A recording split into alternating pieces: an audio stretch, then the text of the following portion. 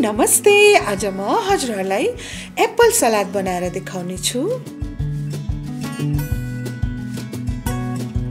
यसको लागि चाहिने सामानहरु एप्पल, दही, ओखर, किसमिस अनि आलमन्ड। यो ओखर र आलमन्डलाई चाहिँ मसिनो गरेर काट्नु पर्छ। अब एप्पललाई पनि बराबर साइजमा काट्नु पर्छ।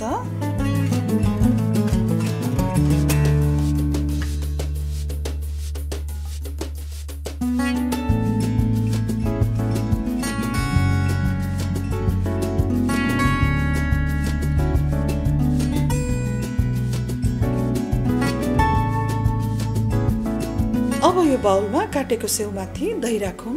ठूलो चम्चाको 4-5 चम्चा राख्दा हुन्छ। हजुरहरुलाई गुलियो खानु मन लाग्यो भने गुलियो दही राखे पनि हुन्छ। यो दही चाहिँ मैले सादा दही राखेकी हुँ।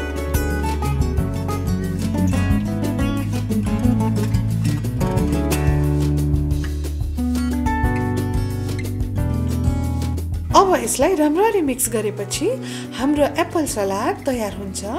यो चाहिँ खानापछि डेजर्टको रूपमा खानु भए हुन्छ। घरमा एकदमै सजिलोसँगले बन्ने रेसिपी हो यो। हजुरहरुले पनि बनाएर खानु होला।